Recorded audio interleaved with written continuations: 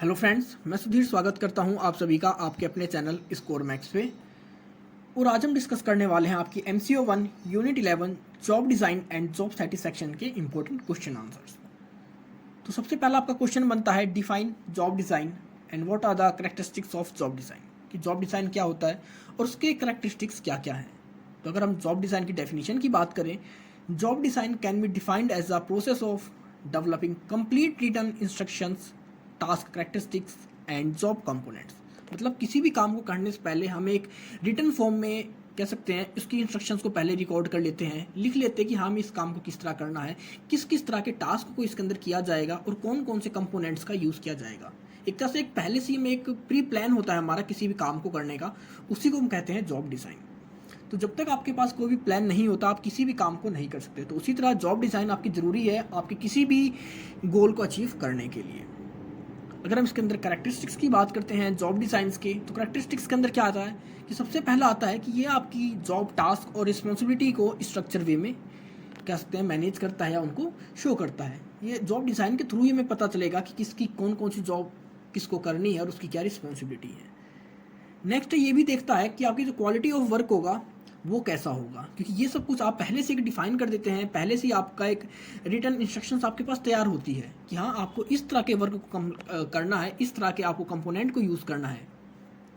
Next है आपका job design जो होती है वो दोनों तरीके के लिए होती है, टेक्निकल के लिए भी होती है जॉब डिज़ाइन और आपके मैनेजरियल के लिए भी होती है। मैनेजरियल की कैसे बात करेगी, किस तरह वो अपने सबॉर्डिनेट्स को ऑर्डर देंगे, कौन कौन से वर्क को किस सबॉर्डिनेट्स के थ्रू, किस पार्टीशन में, किस ग्रुप्स के थ्रू करवाना है। और टेक्निकल की अगर बात करें तो टेक्निकल में ये होता है उन्हें कौन कौन से प्रोसेस को पहले करना है, किसको बाद में करना है, किसको कितना टाइम अलॉट करना है, ये सभी चीज़ें। नेक्स्ट है अगर हम जॉब डिज़ाइन की बात करें, कंसर्न होती है जॉब मोटिवेशन एंड किसी भी इंडिविजुअल के बिहेवियर से, क्योंकि जो जॉब डिज़ाइन है हर किसी का जॉब डिज़ाइन अलग होता है, हर वर्क का जॉब डिज़ाइन अलग होता है, उसके थ्रू हमें उसे अलग से मोटिवेट करना होता है। हम जॉब डिज़ाइन को देखकर ही बता सकते हैं कि इस पर्सन को किस तरह मोटिवेट किया जा सकता है या किस तरह इसका जो बिहेवियर होगा वो कैसा होगा। नेक्स्ट है आपका कि आपकी जो जॉब डिज़ाइन है कंसर्न है आपके स्टैंडर्डाइजेशन ऑफ जॉब फंक्शन, कि आपके जो जॉब के फंक्शन है किस तरह स्टैंडर्डाइज होंगे, क्या क्वालिटी होगी, क्या उनकी क्वांटिटी होगी, वो सब कुछ भी आपके जॉब डिज़ाइन के अंदर ही मेंशन होता है। और लास्ट आपका जो ऑब्जेक्टिव होता है आपके जॉब डिज़ाइन का वो होता है किस तरह हम अपनी एफिशिएंसी को बढ़ाएं या ह्यूमन जो एफिशिएंसी रेट होता है उसको किस तरह इंक्रीज़ किया जा सके उनकी जॉब्स के ऊपर, क्योंकि जब उनकी एफिशिएंसी रेट बढ़ेगी तभी वो अपने प्री डिफाइंड गोल्स को या प्री डिफाइंड टारगेट्स को ईजिली अचीव कर पाएंगे। तो ये होता है आपका जॉब डिज़ाइन और इसके कैरेक्टरिस्टिक्स। नेक्स्ट आपका explain the social information processing model. Social information processing, जैसा कि आप इसके नाम से ही समझ सकते हैं, इन्फॉर्मेशन मतलब जानकारी, प्रोसेसिंग मतलब कोई भी इन्फॉर्मेशन हम किसी से दूसरे से देखते हैं या कुछ रियलाइज़ करते हैं तो उसको हम प्रोसेसिंग करते हैं और जो भी हमारे काम का उसमें से आउटपुट आता है उसको हम अपने अंदर स्टोर कर लेते हैं, अपने अंदर उसे सीख लेते हैं उस चीज़ को या उसको एक्वायर कर लेते हैं। उसी तरह बात है थ्योरी की, सोशल इन्फॉर्मेशन प्रोसेसिंग मॉडल। अब इसमें हम देखते हैं कि जो भी हम जिस तरह भी इन्वायरमेंट में काम करते हैं, जिस तरह के ग्रुप्स के साथ काम करते हैं, जिस भी तरह की हमारे जो कस्टमर्स हैं उनके साथ हम किस तरह रिएक्ट करेंगे, वहाँ पर जो हमें इन्फॉर्मेशन मिल रही है, चाहे वो हमारे ग्रुप्स को वर्कर्स के हों, सुपरवाइजर्स के हों, हमारे रेफरेंस ग्रुप्स हों, फ्रेंडशिप ग्रुप्स हों, तो वहाँ पर हम कुछ ना कुछ उनके साथ सीखते रहते हैं। वहाँ पर जो भी इन्फॉर्मेशन प्रोवाइड की जाती है ऑन द जॉब टाइम, उस इन्फॉर्मेशन को हम किस तरह ग्रैस्प करते हैं, किस तरह उसको हम कह सकते हैं कि एक सीक्वेंस मैनर में उसको सेट करते हैं और उसको हम एक्वायर करते हैं। तो यहाँ पर देखते हैं कि हमारा जो भी मोटिवेशन लेवल है या किसी भी काम को करने का तरीका है या जॉब डिज़ाइन हमारी वो किस तरह होगी, हमारी सोशल इन्फॉर्मेशन प्रोसेसिंग के जिस से होगी। जिस सोसाइटी में जैसा हमारा सोशल ग्रुप होगा वो जिस तरह की इन्फॉर्मेशन हमको प्रोवाइड करेगा उसी तरह के हम जॉब डिज़ाइंस को डेवलप करेंगे और उसी तरह हमारा जो जॉब का तरीका होगा वो भी उसी तरह डिज़ाइन होगा। नेक्स्ट आपका several environmental factors are considering in the job redesigning discuss. बहुत सारे फैक्टर्स हैं जो कि आपके जॉब री इंजीनियरिंग को या जॉब री इंजीनियरिंग को मदद करते हैं, इसका रीज़न बनते हैं। कौन कौन से फैक्टर्स हैं जब हम जॉब री इंजीनियरिंग करते हैं तो वहाँ पर किन किन फैक्टर्स को कंसीडर किया जाता है। तो नॉर्मली अगर हम बात करें जॉब री इंजीनियरिंग की कि होता क्या है, हमने कोई वर्क करा, कोई भी जॉब डिज़ाइन हमने डिज़ाइन किया, उसके बाद हमें लगता है कि उसके साथ में कुछ ना कुछ चेंजमेंट की नीड है, गवर्नमेंट पॉलिसीज चेंज हुई है, हमारी कोई ना कोई हमने टेक्नोलॉजी को चेंज करा है, कंपटीशन इंक्रीज़ हुआ है, डिक्रीज़ हुआ है, हमारी कॉस्टिंग ज़्यादा हो रही है, कम हो रही है। तो वहाँ पर उस चीज़ को हम दोबारा से एक तरह से कह सकते हैं दोबारा से कंसीडर करते हैं उस प्लान को बनाने के लिए। तो एक तरह से कह सकते हैं job reengineering is a significant method of job redesigning in the modern organisation. मतलब जॉब रीडिज़ाइन का ही एक तरीका है आपका reengineering. It has a number of probable benefits. They are improved customer service, increased growth opportunities, improved decision making, learning skills, easy and comfortable attainment of risk, effective interpersonal interactions, interpersonal communications, and improve interpersonal relationship. क्योंकि जब आप देखते हैं आपने कोई work किया, पहले आपने कोई जॉब डिज़ाइन करी और उसके अंदर कुछ कमियां हैं, तो आप जब तक उन कमियों को पूरा नहीं करोगे तब तक आपको एक बेटर रिजल्ट नहीं मिलेगा। तो हम जॉब री इंजीनियरिंग के अंदर उन्हीं चीज़ों को देखते हैं। तो नॉर्मली इसके अंदर हम किन किन चीज़ों को कंसीडर करते हैं, कौन कौन से फैक्टर्स को देखा जाता है री इंजीनियरिंग करते टाइम। तो सबसे पहले हम देखते हैं कि गवर्नमेंट की पॉलिसीज़, क्या कोई गवर्नमेंट पॉलिसीज़ चेंज हुई है या नहीं हुई। कि गवर्नमेंट की पॉलिसीज अगर चेंज होती है तो उसी हिसाब से आपको अपनी ऑर्गेनाइजेशन के जो जॉब्स हैं, जॉब डिज़ाइंस, उनको भी चेंज करना पड़ता है, उनमें भी अमेंडमेंट करना पड़ता है। इसके साथ देखेंगे कि हमारी ऑर्गेनाइजेशन ने किसी टेक्नोलॉजी को चेंज तो नहीं किया, हमने किसी नई टेक्नोलॉजी को अडॉप्ट तो नहीं किया, किसी टेक्नोलॉजी को, हमारी को जो टेक्नोलॉजिकल पॉलिसीज़ थी उनमें कोई चेंजमेंट नहीं आया, या फिर कंपटीशन इंक्रीज़ हो रहा है, डिक्रीज़ हो रहा है, या कोई मार्केट में नया कॉम्पिटिटर आ गया है जो कि हमारे ऑर्गेनाइजेशन से, हमारे प्रोडक्ट से, हमारे किसी भी सर्विसेज से कंपटीशन कर रहा है। इसके साथ ही देखेंगे कि हमारी जो कॉस्ट है या हमारा जो बेनिफिट है वो किस तरह इफेक्ट हुआ है इन पॉलिसीज़ की वजह से, गवर्नमेंट कह सकते हैं, या हमारी जो भी टेक्नोलॉजिकल पॉलिसीज़ में चेंजमेंट हुआ है उन सभी की वजह से। तो जब भी आप अपनी री इंजीनियरिंग करते हैं उससे फ़ायदा क्या होता है कि जब आप पुराने वर्क को कहीं ना कहीं मॉडिफाई करते हैं तो उसके थ्रू अगर कस्टमर को कोई सर्विस में प्रॉब्लम थी, आपने देखा पहले, उसको एनालाइज किया, उसको आप अब आपने उसको दोबारा से रीमोडिफाई किया, री इंजीनियरिंग किया उस जॉब को, तो मतलब वहाँ पर भी आप कस्टमर्स को आप ज़्यादा फीडबैक प्रोवाइड करोगे आपके पास। क्योंकि अगर आप टाइम के साथ खुद को चेंज करते रहोगे, कंटिन्यू मॉडिफाई करते रहोगे, तो आपके पास अपॉर्चुनिटीज़ बढ़ती रहेंगी, आपकी जो डिसीजन मेकिंग पावर्स होंगी या आपके जो कह सकते हैं एबिलिटी होती है किसी भी डिसीजन को लेने की, वो भी इंप्रूव होएगी। आप ज़्यादा ज़्यादा सीखोगे टाइम के साथ, कि आप जितना चेंजमेंट करोगे उतना ही आपको ज़्यादा सीखने को मिलेगा, आपको ज़्यादा ज़्यादा स्किल्स आप गेन कर पाओगे, आपके जो भी इंटरेक्शन है अपने सोसाइटी के अंदर, आपके ऑर्गेनाइजेशन के अंदर, अपने ग्रुप्स के अंदर, वो भी इंक्रीज़ होंगे, आपके जो भी कॉन्फ्लिक्ट्स होते हैं वो सभी भी डिक्रीज़ होंगे, और आपके पर्सनल रिलेशनशिप भी काफ़ी अच्छे हो जाएंगे, जिसके थ्रू कि आपका जो ऑर्गेनाइजेशन है अपने गोल्स को इजीली अचीव कर पाएगा। नेक्स्ट आपका difference between job enrichment and job enlargement. अगर हम इन दोनों की बात करें तो दोनों में होता क्या है। अगर हम बात करते हैं जॉब एनरिचमेंट की, मतलब क्या है, काम को बढ़ा देना, एनरिच करना, मतलब पहले अगर आप कोई काम कर रहे थे तो उस काम के अंदर और एडिशनल वर्क आपको दे देना। और अगर हम बात करते हैं एनलार्जमेंट की, अब एनलार्जमेंट का मतलब भी वही है कि मतलब आपके काम को बढ़ा देना एक चीज़ है, लेकिन दोनों का एक तरह से मतलब भी सेम है कि दोनों में हम काम बढ़ाने की बात करते हैं, लेकिन वो काम किस तरह बढ़ता है, इसमें डिफरेंस है के मतलब में। अगर अब हम बात करते हैं जॉब एनरिचमेंट के बारे में, इसके बारे में डिस्कस करता हूँ। सबसे पहले अगर आप किसी ऑर्गेनाइजेशन की बात कर रहे हैं, वहाँ पर 3 तरह के लेवल हैं, ए लेवल, बी लेवल और सी लेवल। अब कोई एम्प्लॉई पहले सी लेवल पे काम करता था, अब हम उसकी जॉब एनरिचमेंट करेंगे, मतलब उसको कुछ एडिशनल बेनिफिट देंगे। तो हम क्या करेंगे, उसको सी लेवल से कह देंगे कि अब आप सी लेवल पर नहीं, बी लेवल पर आज से आप काम करोगे, आपके पास नई रिस्पॉन्सिबिलिटीज़ होंगी, नई ड्यूटीज़ होंगी, नई पावर्स होंगी। तो क्या करा हमने, एक तरह से उस एम्प्लॉइज़ के जो वर्क था उस वर्क को बढ़ा दिया, उसकी जो क्वालिटीज़ थी वर्क की, जो रिस्पॉन्सिबिलिटीज़ थी, उनको भी हमने बढ़ा दिया। तो ये तो कहलाता है आपका जॉब एनरिचमेंट। मतलब इसमें जो आपका जो काम बढ़ता है वो किस बढ़ता है, नीचे से ऊपर की तरफ, मतलब जो वर्टिकल फॉर्म होता है किसी भी ऑर्गेनाइजेशन का, उसके अंदर आपका जो प्रोग्रेस होता है एम्प्लॉइज़ का, वो इसमें देखा जाता है जॉब एनरिचमेंट के अंदर।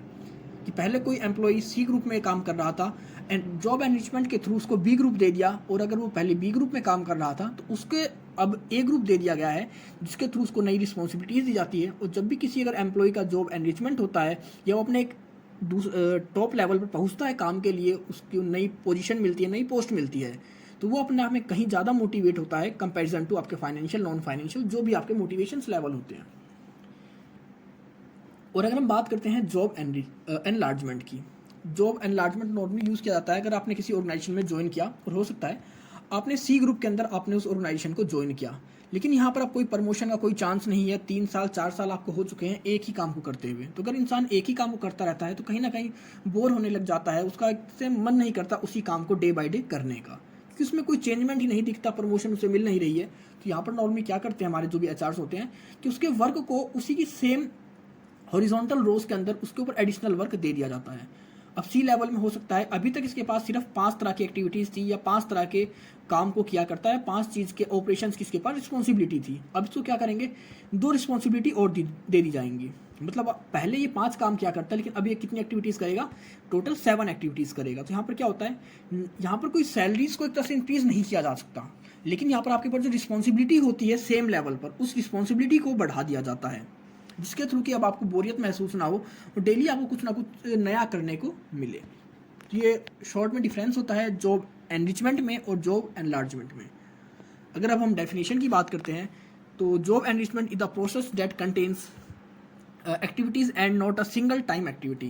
The activities comprise of combining tasks, creating natural work units, establishing relationships among personals, expanding job vertical and providing feedback channels. तो जैसे मैंने आपको अभी बताया था कि इसमें वर्क किस तरह एक्सपेंड होता है, इनका वर्टिकल फॉर्म में इनका वर्क एक्सपेंड होता है। मतलब इनके जो लेवल ऑफ ऑर्गेनाइजेशंस होते हैं, इनको नीचे के लेवल से ऊपर के लेवल में भेज दिया जाता है, इनका ट्रांसफर हो जाता है एक तरह से। तो वो तो कहलाता है आपका एनरिचमेंट। अब एनरिचमेंट की बहुत सारे एडवांटेजेस भी हमारे सामने यहाँ पर, किससे हमारी जो भी क्वालिटी और प्रोडक्टिविटी होती है वो इंक्रीज़ होती है, हमारे जो एम्प्लॉयज़ होते हैं वो मोटिवेट होते हैं, उनका जॉब सेटिस्फेक्शन बढ़ता है, एडिशनल स्किल्स को गेन करेंगे, और उसके साथ ही हमारी जो क्रिएटिविटी होती है एम्प्लॉयज़ की वो भी बढ़ती है, अब्सेंटिज्म कम होते हैं, टर्नओवर को हम ईजिली अचीव कर पाते हैं, ह्यूमन जो हमारी एनर्जी होती है उसका मैक्सिमम यूज़ कर पाते हैं। तो मतलब बहुत सारे बेनिफिट्स हैं आपके जॉब एनरिचमेंट के, क्योंकि अगर किसी को भी प्रमोशन मिलेगा तो ये सारी चीज़ें अपने आप वहाँ पर देखी जाएंगी।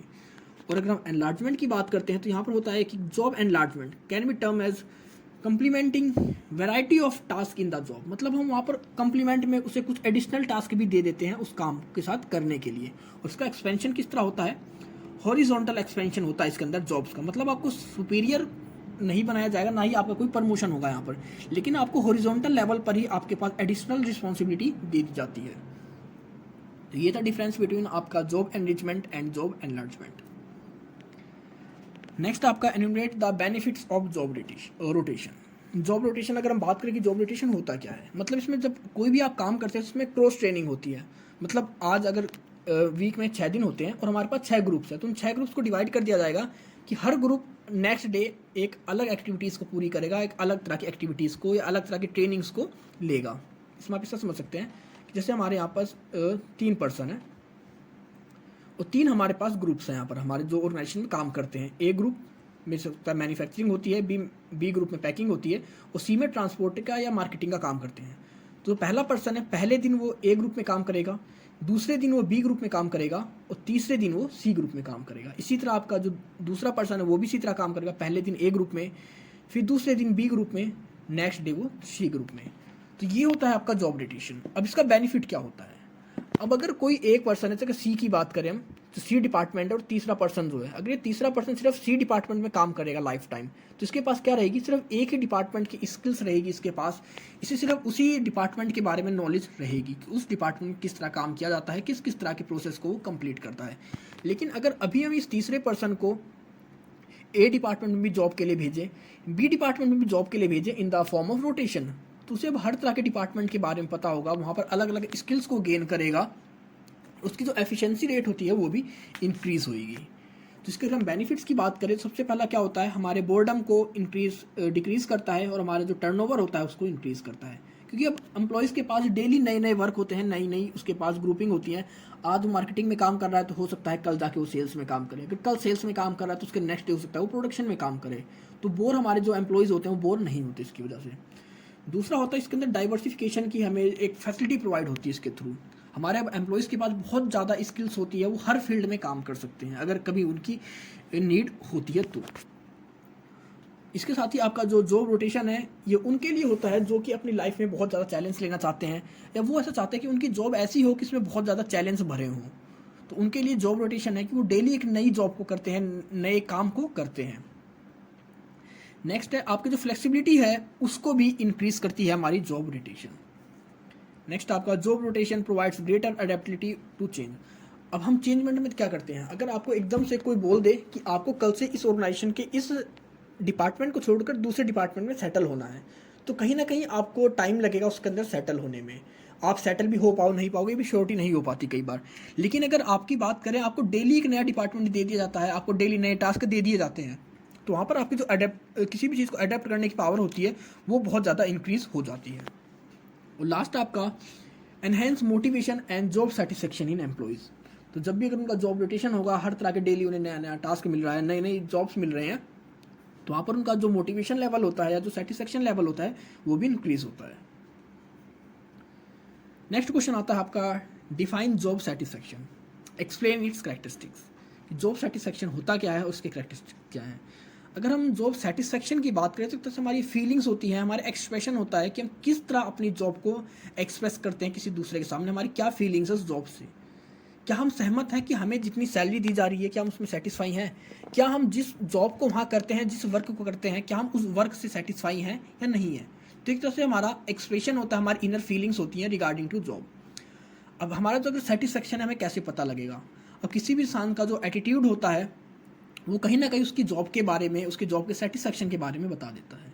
अगर कोई पर्सन है वो अपनी जॉब से बहुत ज़्यादा सेटिस्फाई है तो उसका जो एटीट्यूड होगा ऑर्गेनाइजेशन के लिए, अपने वर्क के लिए हरदम पॉजिटिव रहेगा, वो एनकरेज रहेगा, हरदम मोटिवेट रहेगा अपने जॉब से। लेकिन अगर वो सेटिस्फाई नहीं है तो कहीं ना कहीं उसका मोटिवेशन लेवल लो रहेगा, एब्सेंटिज्म बहुत ज़्यादा रहेगी, वो वहाँ पर बोर्ड फील करेगा। तो मतलब बहुत सारी चीज़ें हैं जिससे कि हमें पता लग जाता है कि कोई सेटिस्फाई है अपनी जॉब से या नहीं है। अगर हम कैरेक्टरिस्टिक्स की बात करें जॉब सेटिस्फेक्शन की, तो सबसे पहला क्या होता है कैरेक्टरिस्टिक्स, कि ये आपकी एक इनर फीलिंग है कि किस तरह आप अपनी जॉब्स को एक्सप्रेस करते हो अपने बिहेवियर में, अपने कह सकते हैं अपनी फीलिंग्स के थ्रू।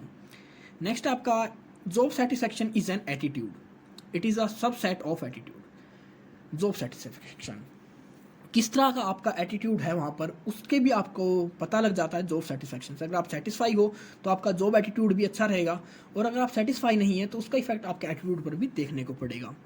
नेक्स्ट है आपका job satisfy influences the skills of energy of individuals. अगर कोई बहुत ज़्यादा सेटिस्फाई है अपनी जॉब से तो उसका जो एनर्जी लेवल होता है काम पे करने का, या उसका जो मोटिवेशन लेवल होता है वो हरदम हाई रहेगा। अगर वो सेटिस्फाई नहीं है तो वो अपने आप में उसको इफेक्ट करेगा, चाहे वो एनर्जी लेवल की बात करें, मोटिवेशनल लेवल की बात करें। अब आपका जो सेटिस्फेक्शन होता है ये दोनों तरीके से हो सकता है, ये पॉजिटिव भी हो सकता है और नेगेटिव भी हो सकता है। नेक्स्ट आपका job satisfaction is associated with the emotional state of human mind. किससे कनेक्टेड होता है, किससे एसोसिएट होता है, हमारे emotional state of human mind से एसोसिएट होता है हमारा जॉब सेटिस्फेक्शन। जॉब सेटिस्फेक्शन के थ्रू कह सकते हैं हमारे माइंड को इफेक्ट करता है। अगर हम किसी भी जॉब से सेटिस्फाई हैं तो वहाँ पर हमारा जो इमोशनल लेवल है या हमारा जो मेंटल लेवल है वो भी हैप्पी रहेगा। अगर वो फिट है तो हम कहीं ना कहीं किसी भी वर्क में इजीली वर्क कर सकते हैं, सेटल हो सकते हैं और हरदम मोटिवेट रहेंगे। नेक्स्ट क्वेश्चन आपका justify the determinants of job satisfaction, कि जॉब सेटिस्फेक्शन के कौन कौन से डिटरमिनेंट्स हैं, किन किन फैक्टर्स के थ्रू आप सेटिस्फाई फील करते हैं या आप अपनी जॉब से सेटिस्फेक्शन देखते हैं, आप सेटिस्फाई हो जाते हैं अपनी जॉब से। तो नॉर्मली यहाँ पर दो तरह के फैक्टर्स होते हैं, एक होता है ऑर्गेनाइजेशनल डिटरमिनेंट्स और दूसरा होता है इंडिविजुअल। तो सबसे पहले हम बात करेंगे ऑर्गेनाइजेशनल डिटरमिनेंट्स की या ऑर्गेनाइजेशनल फैक्टर्स की हमारे जॉब सेटिस्फेक्शन के। तो सबसे पहला आता है आपका वेजेस, क्योंकि अगर कोई भी किसी भी ऑर्गेनाइजेशन को ज्वाइन करता है तो सबसे पहला उसका जो मेन होता है टारगेट कि वो अच्छी से अच्छी जॉब पाना चाहता है हर कोई। अगर हो सकता है कोई दो पर्सन है, दोनों काम सेम कर रहे हैं लेकिन उनकी वेजेस में डिफरेंस है, तो क्या वो अपनी जॉब सेटिस्फाई होंगे? कभी नहीं, क्योंकि हर कोई चाहता है कि सबसे पहला उसका लेवल होता है, नीड होता है मोटिवेशन का। चाहे किसी भी चीज़ की आप उसकी नीड की बात करो, चाहे मोटिवेशन की बात करो, तो फाइनेंशियल होता है। फाइनेंशियल के अंदर सबसे पहले आपकी वेजेस आती हैं। तो सबसे पहला जो फैक्टर से इफेक्ट करता है, डिटरमिनेंट है, वो आता है हमारा वेजेस। अब दूसरा होता है नेचर ऑफ वर्क, कि किस तरह के वर्क के लिए हमने अपने एम्प्लॉयज़ को हायर किया है। हो सकता है कोई आईटी में बहुत ज़्यादा स्पेशलाइज्ड हो, बहुत अच्छा रहा हो, लेकिन उसे आईटी में जॉब नहीं मिली, अब उसे मार्केटिंग में जॉब करनी पड़ रही है। तो क्या वो उस जॉब से सेटिस्फाई होगा? कभी भी, क्योंकि उसके पास जो स्किल्स थी, जो एबिलिटीज़ थी, जिस चीज़ में इंटेलिजेंस था, उसको वो फील या वो सेक्टर नहीं मिला उस जॉब के लिए, तो वहाँ पर भी वो उससे सेटिस्फाई नहीं होगा। तो हमारा नेचर ऑफ वर्क भी डिफाइन करता है कि किस तरह कोई पर्सन अपनी जॉब से सेटिस्फाई होगा या नहीं होगा। नेक्स्ट आपका वर्किंग कंडीशंस। अब ऑर्गेनाइजेशन की वर्किंग कंडीशंस क्या है, वहाँ पर अगर वो किस कंडीशन में बैठकर काम करते हैं, कैसा एनवायरनमेंट वहाँ मिल रहा है, सेफ्टी है या नहीं है, कंफर्ट लेवल क्या है, मोटिवेशन लेवल क्या है, क्या वहाँ पर वेंटिलेशन की प्रॉपर फैसिलिटी है, या कह सकते हैं जो भी उनके कैटरिंग का काम होता है या उनकी जो कैंटीन्स है वो सब कैसी हैं। तो इन सभी चीज़ों का भी इफेक्ट पड़ता है हमारी जॉब सेटिस्फेक्शन से। नेक्स्ट आपका जॉब कंटेंट। अब जॉब कंटेंट में हम देखेंगे अगर हमें कोई काम मिला है तो मतलब उसके अंदर हमारी क्या रिस्पॉन्सिबिलिटी है, क्या वैल्यू है हमारे काम की उस ऑर्गेनाइजेशन के अंदर, क्या हमें कोई वहाँ पर पहचानता है, कोई हमारे वर्क की रिकग्निशन है नहीं है, कौन कौन सी रिस्पॉन्सिबिलिटीज़ हमारे पास, या किस चीज़ को हमने आज तक वहाँ पर अचीव किया है। इसके साथ ही आपका नेक्स्ट आता है ऑर्गेनाइजेशन लेवल। अब किस लेवल पर आप काम कर रहे हैं ये भी आपको बहुत ज़्यादा इफेक्ट करता है आपके जॉब सेटिस्फेक्शन को। हो सकता है आपने आज सी लेवल पर स्टार्टिंग करी किसी ऑर्गेनाइजेशन के अंदर, उस टाइम आप सेटिस्फाई थे उस वर्क से, उस लेवल से, लेकिन आज के 4 साल 5 साल भी बाद अगर हम बात करें आप उसी लेवल से सेटिस्फाई रहो तो ये श्योरिटी बहुत कम होती है, क्योंकि टाइम के साथ आपने बहुत ज़्यादा टाइम उस ऑर्गेनाइजेशन को दिया है, आपने अपनी स्किल्स को भी डेवलप किया है, तो आप भी सोचते हैं कि अब मैंने 5 साल इसमें काम कर लिया, मुझे बहुत ज़्यादा एक्सपीरियंस हो चुका है, लेकिन अब मुझे क्या चाहिए कि या तो इसको स्विच करूँगा या फिर मुझे यहाँ पर प्रमोशन चाहिए। तो उस कंडीशन में भी उसका जो सेटिस्फेक्शन लेवल होता है वो गिर जाता है। नेक्स्ट आपका अपॉर्चुनिटीज़ फॉर प्रमोशन। ये भी वही बात होएगी आपके ऑर्गेनाइजेशन लेवल के बारे में एज इट इज़ ही, कि अगर आपको प्रमोशन मिलता रहेगा तो आपका सेटिस्फेक्शन बढ़ता रहेगा, लेकिन अगर आपका प्रमोशन ना मिला आपको काफ़ी टाइम तक, 4 साल 5 साल 10 साल, तो आप कभी भी उस जॉब से सेटिस्फाई नहीं होगे। नेक्स्ट आपका लीडरशिप स्टाइल। अगर लीडरशिप स्टाइल की बात करें कि आपके ऑर्गेनाइजेशन में किस तरह का लीडरशिप है, जैसे डेमोक्रेटिक है, फ्रेंडली है, अनऑफिशियल है, या वहाँ पर वो सिर्फ फ्रेंडशिप को प्रमोट करते हैं, मतलब किस तरह की लीडरशिप देखी जाती है।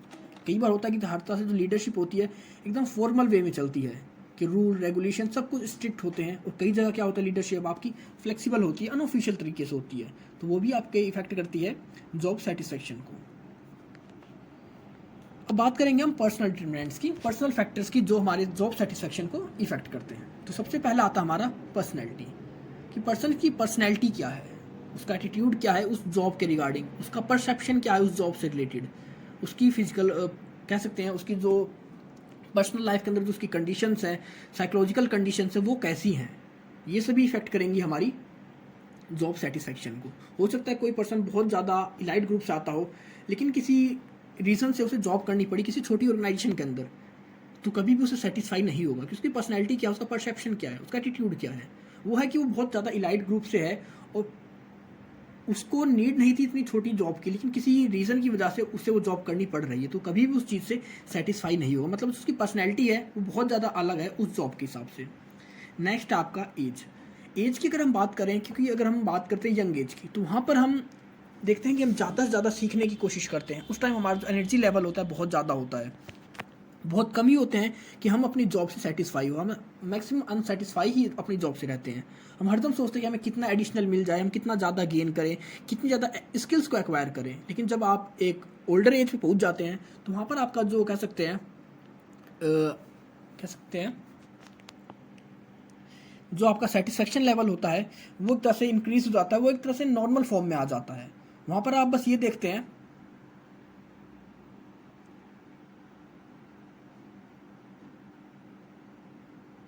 कि आपके पास जो भी है आप सेटिस्फाई है, इससे ज़्यादा आप कुछ नहीं कर सकते। एज, अगर हम एज की बात करते हैं तो यहाँ पर हम देखते हैं नेक्स्ट है आपका एज। अगर हम एज की बात करते हैं तो इसमें देखते हैं कि जो भी हमारे यूथ हैं या यंगस्टर्स हैं, अगर वो किसी भी ऑर्गेनाइजेशन को ज्वाइन करते हैं तो उस टाइम पे क्या होता है वो बहुत ज़्यादा स्किल्स को ईजिली एक्वायर कर सकते हैं, ज़्यादा फोकस करते हैं कि किस तरह स्किल्स को एक्वायर करें, किस तरह टॉप लेवल पर पहुँचें, किस तरह प्रमोशन लें, मतलब वो कह सकते हैं कि कम टाइम में ज़्यादा अचीव करना चाहते हैं सक्सेस को। लेकिन इसके साथ ही अगर हम बात करते हैं जो हमारे ओल्डर एज हो जाते हैं, यानी कि 50+ या 55+ हो जाते हैं, तो उस एज पे क्या होता है कि वो कुछ नया सीखने की कैपेसिटी उनके अंदर बहुत कम होती है, और ना ही उनके अंदर इतना एनर्जी लेवल होता है कि किसी काम को वो नए वे से सीख सकें, तो वहाँ पर उनका जो सेटिस्फेक्शन लेवल होता है वो अलग होता है। नेक्स्ट आपका एजुकेशन। अब एजुकेशन की बात करें, किसी ने एजुकेशन तो ले ली बहुत ज़्यादा हाई, कह सकते हैं उसने MBA कर ली, या कह सकते हैं इसके ऊपर कोई एजुकेशन हो, क्योंकि मैक्सिमम जो भी आपकी अगर मैनेजमेंट की बात करें तो हाईएस्ट डिग्री जो होती है आपकी MBA मानी जाती है। उसने करी तो MBA, लेकिन उसको काम क्या कर रहा है, वो एक एग्जीक्यूटिव का काम वर्क कर रहा है, मतलब सबसे जो आपकी लोअर लेवल वर्क होता है किसी ऑर्गेनाइजेशन के अंदर एग्जीक्यूटिव्स का, वो वर्क वो कर रहा है। तो क्या वो कभी उससे सेटिस्फाई होगा? कभी नहीं होगा, कि उसने जो एजुकेशन गेन करी है वो उसने टॉप लेवल मैनेजमेंट के लिए गेन करी थी, उसका एजुकेशन लेवल था बहुत ज़्यादा हाई था, लेकिन उसके हिसाब से उसे जॉब नहीं मिल पाई, तो कभी भी उस जॉब से सेटिस्फाई नहीं होगा। लास्ट आपका जेंडर डिफरेंसेस। तो जेंडर डिफरेंसेस की बात करें कि कई बार देखा जाता है मेल और फीमेल दोनों अलग अलग काम करते हैं ऑर्गेनाइजेशन के अंदर। हो सकता है एक ही पोस्ट है एचआर की, वहाँ पर मेल भी वर्क कर रहा है और फीमेल भी वर्क कर रही है, लेकिन दोनों की सैलरी में डिफरेंस देखा जाता है, मैक्सिमम देखा जाता है। कोई भी वर्क हो, कोई भी ऑर्गेनाइजेशन हो, मेल और फीमेल की सैलरी के अंदर थोड़ा बहुत डिफरेंस देखा जाता है, या उनकी पर्सनैलिटीज़ के अंदर, उनके रोल्स के अंदर, रिस्पॉन्सिबिलिटीज़ के अंदर भी डिफरेंस देखा जाता है। बेशक उनकी जो डेजिग्नेशन है वो सेम होती है, तो उस कंडीशन में भी कभी भी सेटिस्फाई नहीं होंगे। या फिर ये भी कह सकते हैं कि ये हमारा जो जेंडर डिफरेंसेस होता है इफेक्ट करता है हमारे जॉब सेटिस्फेक्शन को। लास्ट क्वेश्चन आपका, how do you measure job satisfaction, कि आप अपनी जॉब सेटिस्फेक्शन को किस तरह मेज़र करोगे। तो अगर हम जॉब सेटिस्फेक्शन की बात करें तो एक क्वालिटेटिव एस्पेक्ट है जिसको कि हम इजीली मेज़र नहीं कर सकते। तो यहाँ पर हम क्या यूज़ करते हैं, क्वांटिटेटिव टर्म्स का यूज़ करते हैं, जिसके थ्रू कि हम किसी भी एम्प्लॉयज़ के साइकोलॉजिकल कॉन्सेप्ट का यूज़ करते हैं, या उसकी कुछ रेटिंग के थ्रू, कुछ टेक्निक्स के थ्रू उसके सेटिस्फेक्शन का पता लगाते हैं। तो नॉर्मली यहाँ पर हम 3 तरह का यूज़ करते हैं, 3 तरह के मेजर्स का यूज़ करते हैं, जिसके थ्रू कि हम किसी भी एम्प्लॉयज़ के जॉब सेटिस्फेक्शन का पता लगाते हैं कि वो कितना सेटिस्फाई है उस जॉब से या नहीं है। तो सबसे पहला होता है रेटिंग स्किल्स, दूसरा होता है पर्सनल इंटरव्यूज़ और तीसरा होता है टेंडेंसीज़। तो अगर हम रेटिंग स्किल्स की बात करें तो आप कहीं भी अगर जाते हैं बाई चांस, और आप बाई चांस कहीं खाना खाने गए हैं, आप मैकडी में गए हैं, पिज़्ज़ा हट में गए हैं, या कहीं भी गए हैं, तो वहाँ पर क्या होता है, आपको एक फॉर्म देते हैं कि आपको अपना फीडबैक देना है कि आप उनकी सर्विस से कितना सेटिस्फाई हो। आप 1 पॉइंट देते हो, 10 रेटिंग देते हो, मतलब हाईएस्ट आपकी 10 रेटिंग होती है, लोवेस्ट आपकी 1 रेटिंग होती है। तो उसी तरह जॉब सेटिस्फेक्शन के अंदर होता है कि उनसे रेटिंग मांगी जाती है कि क्या वो अपने एम्प्लॉयज़ से, अपने वर्क से, अपने जो भी उनकी जॉब है उससे सेटिस्फाई हैं या नहीं है, कितने सेटिस्फाई हैं उस चीज़ को अपने रेटिंग के थ्रू, या उनका एक पूरा चार्ट होता है, उसके अंदर कई पार्टीशंस होते हैं। अब रेटिंग स्केल्स के अंदर वो अपने वर्क से कितना सेटिस्फाई हैं, क्या अपने वो एम्प्लॉयज़ से सेटिस्फाई हैं, क्या उनको जो सैलरी मिल रही है उससे सेटिस्फाई है, मतलब बहुत सारे ऑप्शंस उसके अंदर इंक्लूड होते हैं, और उनको एक कंबाइन कर उनसे रेटिंग कराई जाती है। तो उससे पता लगता है कि वो कितने सेटिस्फाई हैं उस जॉब से।